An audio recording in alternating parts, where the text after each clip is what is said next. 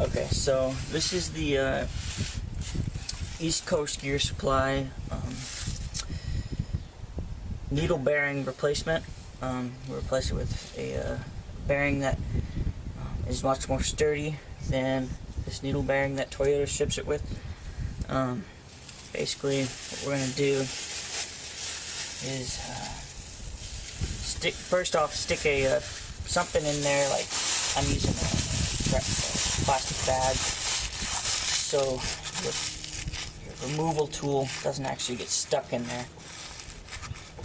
Just kind of shove it in there. I would recommend draining the differential first, so that you don't have to worry about excess fluid coming out. This way your puller doesn't fall in there, and if it falls in there, you're going to have to remove your entire differential. So this makes it easier. So the first thing you're going to do is stick this in this direction. It'll take a little persuading.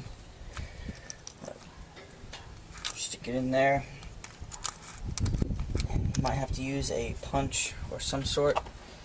I'm just using a jack wrench here. Just give it a pop.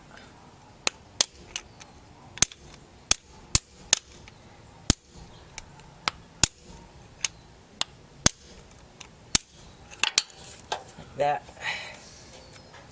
So it's nice and straight in there. And then I'll screw this guy in. Just thread it in there.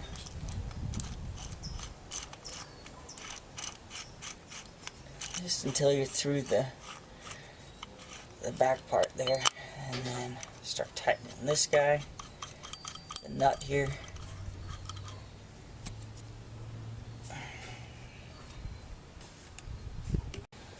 From here, you're going to want to start tightening just the nut here, and if you have it nice and straight, it should start pulling your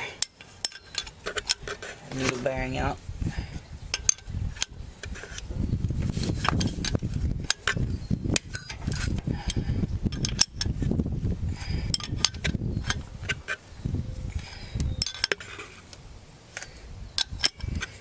Feel it right now. It's pulling it out nice and straight. It's kind of got a feel to it.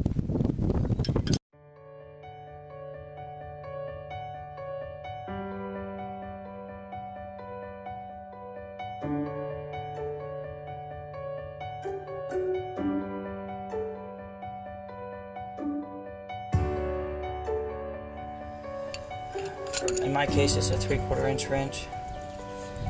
Slip it over this under the nut. You're going to hold. So next, you want to clean this journal out here as best you can. If you're pulling this out without draining the differential fluid, just be prepared for a rush of differential fluid.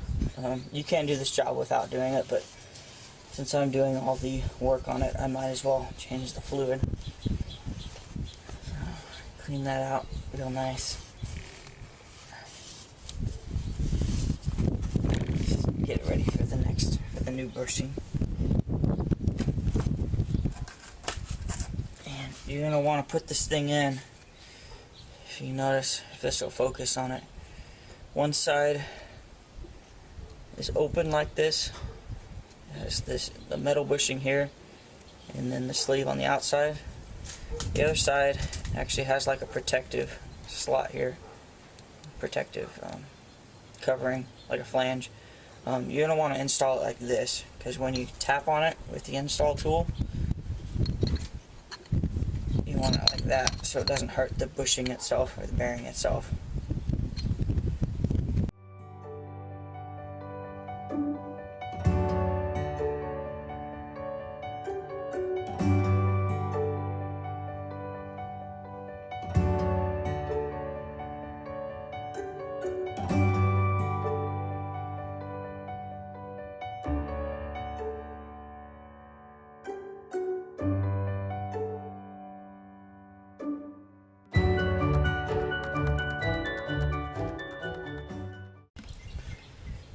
Now to reinstall the axle seal, it goes in like that. I have a little just piece. You can find anything that fits over the diameter here to press it in.